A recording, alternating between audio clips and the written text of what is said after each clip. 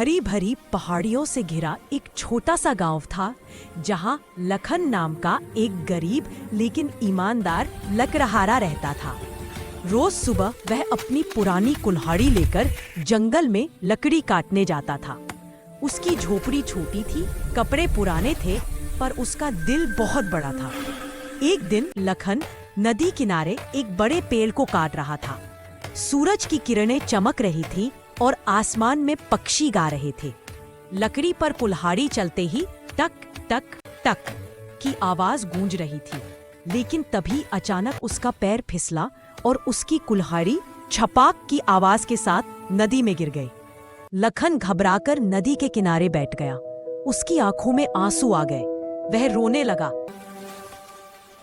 मालिक, अगर मुझे मेरी कुल्हाड़ी वापस नहीं मिली तो अब मैं कैसे काम करूंगा?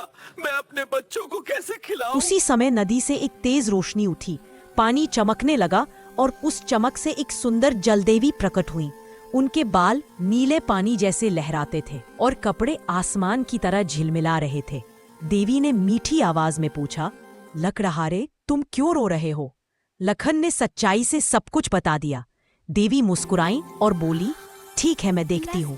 फिर वो धीरे धीरे नदी में डूब गई। हाथ में सोने की कुल्हाड़ी लेकर उन्होंने पूछा, क्या ये तुम्हारी कुल्हाड़ी है? लखन ने तुरंत सिर हिलाया, नहीं माँ, मेरी कुल्हाड़ी तो लोहे की थी। देवी फिर से पानी में गई और चांदी की कुल्हाड़ी लेकर आई। उन्होंने पूछा, और ये? लखन ने फिर विनम्रता से कहा, नहीं, मुझे इसकी जरूरत नहीं है। अंत में देवी एक पुरानी जंग लगी लोहे की कुल्हाड़ी लेकर आई। लखन की आंखें चमक उठी। वह खुशी से बोला, हाँ माँ, मेरी कुल्हाड़ी है। देवी प्रसन्न होकर बोली, तुम एक बहुत अच्छे इंसान हो लखान। तुम सा ईमानदार कोई नहीं। सच्चाई के लिए तुम्हें मैं एक इनाम देता हूँ। और उन्होंने तीनों कुल्हाड़ियां सोने, चांदी और लोहे की लखन को दे दी। लखन ने हाथ जोड़कर देवी को धन्यवाद दिया और खुशी खुशी अपने गांव लौट आया।